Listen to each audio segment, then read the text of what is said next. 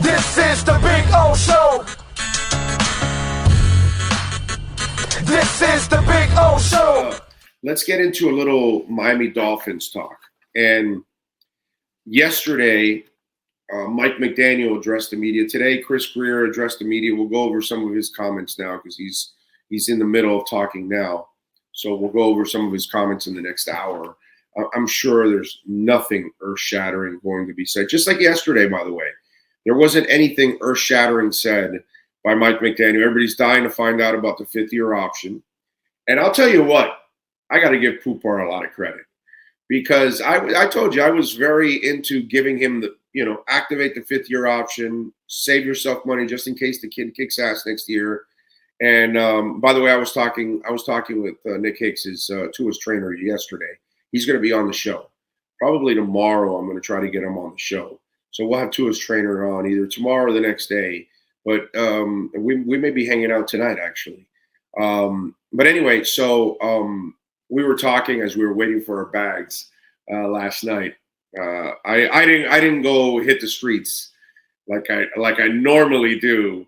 10 years ago, I was thinking about it when I was laying in bed last night. I go, 10 years ago, I get here after a long ass day. And, I set my room up and then leave right away and out till 2 a.m.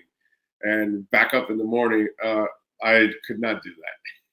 So after a long day of doing the show and everything and packing and traveling and everything, although the travel was really smooth, by the way, super smooth.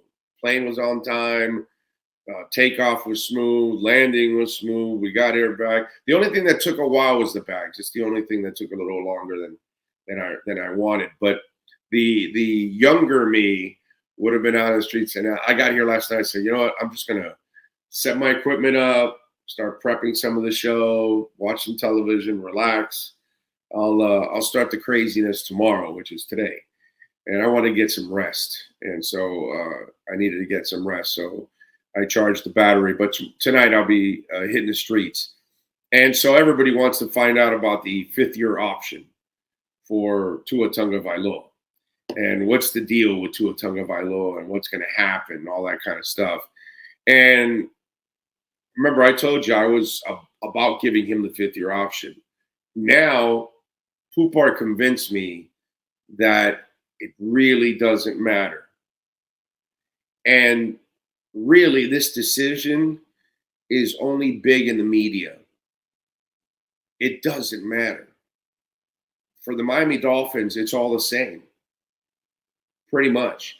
It's a matter of rolling the dice a little bit because if you have to tag them next year, then you're going to have to use a little more cap space. You know what I mean? And if you don't have to tag him, and you didn't pick up the fifth-year option and he has an injury-riddled year, then you can get out of it clean. You understand? But I think what's going to, in the end, I think they're going to probably, this is my guess, give him the fifth-year option. But if they don't, Poupar made a great point. That even if you don't give him the fifth-year option, you still can tag him. You still control him. You still can then negotiate a new contract and an extension off of that. And you're still going to buy yourself a couple of years before you really have to give him the big money.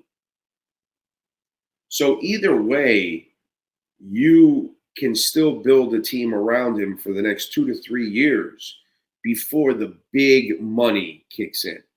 Because this is his fourth year coming up. You got the fifth year for the fifth-year option, and then the sixth year can be his first year of his contract, which if he's, healthy, that he proves he gets a new contract, that first year you can manipulate it and have a low number also. So it gives you cap flexibility again. And by the way, remember, we're talking about an increase next year in the cap, another increase again the year after that, and another increase, the year after that. So as long as you're not getting crazy with the quarterback salary, you're still going to have a lot of flexibility with everything else. This decision is overblown for media and for fans. Now, for media, hey, brother, Let's get sensationalistic about it. Let's go right about it. And then for the fans, they bait half of you out there because it's really easy to bait a lot of you out there. Unfortunately, I have to be honest. You guys are suckers out there. There's a lot of suckers out there. And so you bite and you make it look like this is some desperation moment when if you really look at it, it's what I've been telling you for a while now. It sucks that Tua has had to go through all these injuries and the concussions this past year.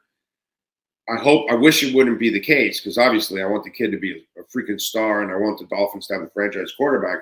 I don't want them searching for more quarterbacks. I'm tired of that already. But really, in the end, we're talking about a kid. We're talking about a situation that favors the Dolphins. And that's what this whole thing now has put the Dolphins in the driver's seat. So the time you wasted with Flo, now you gained it back on the back end because of the injuries. Because if he was injury free and was balling, we'd already be talking about, all right, well, what are they paying him next year? 45, 50 million, whatever. And not next year, but the year after, in other words, in year 5. But they would actually be able to manipulate that number too. It's year 6 that it would have blown up. Now, year 6 is not going to be a blow up because the year 6 is the year of the contract and you're able to manipulate that first year. So you win. You know what I'm saying? In the end, instead of looking at it like, are they going to give him the 5th-year option or not? It's not a big deal whether they do or they don't. I've made the case for giving him the 5th year. Poupart made a great case for not giving him the 5th year, and you're still in control, which he's right. So what's the big deal? Who cares? The best part is, are you a Dolphins fan? Oh, you are. Oh, okay. Dolphins are in control. Dolphins have the leverage. That's the best part, right? He'd have no leverage. They already gave Kyle Lousy the contract. They're stuck with it. They got to live it out until they can get rid of it because it wasn't an interchangeable contract. Neither was Whiteside, and neither was Tyler Johnson, and neither was James Johnson. So once you make the decision, you're screwed. Can't get out of the Cedric Wilson contract, right? Because you made the contract, and then Tyreek Hill became available. And then that made Cedric Wilson obsolete. But you gave him the contract already. So you're kind of locked into it already. What are you going to do? Same thing. Not as big a contract as some of the other ones we're talking about, but because of the scenario that developed, the Cedric Wilson contract became a bad contract. Not that really you blame the Dolphins for that, because what are you going to do? What are you going to say? Oh, bad move on Cedric Wilson. You shouldn't have gone and get Tyreek Hill. If you sign Cedric Wilson, you stay with Cedric Wilson. No, dude. You say, screw it, bro. I don't care if he can't play much because we've got Tyreek and Waddle. But if Tyreek's available, I'm getting Tyreek. And kudos to the Dolphins. What are you going to do? Turned into a bad deal. But that's the kind of bad deal that I can live with. Because I know why that became a bad deal, because some guy named Tyreek Hill became available. Nothing wrong with that. Got to make that kind of move. But in this case, you don't really have to rush to give him the 5th year. You don't really have to rush to make this decision. Now, if you give him the 5th year, you kind of know where everybody stands. He knows where he stands. Agent knows where he stands. Now you can move on. And year 6 will still be the first year of his big contract if he gets one, and you can manipulate that year. Or if you don't tag him and you don't pick up that 5th year option, in other words, not tag, if you don't pick up that 5th year option, and then you've got to tag him in year 5 because he balled out in year 4, so you live with that number, and then you negotiate a new contract in year 6 with a lowered cap number to keep giving you flexibility to build a team around him and try to win a Super Bowl without having to pay him the big money. So really, in the end, if you want to make a big deal out of this fifth-year option, it's really not. Don't allow the media to make it sound like it's a big deal. The big deal is that the Dolphins are in complete control of the situation, and they're not forced to give him a bad contract. That's the best part, ladies and gentlemen.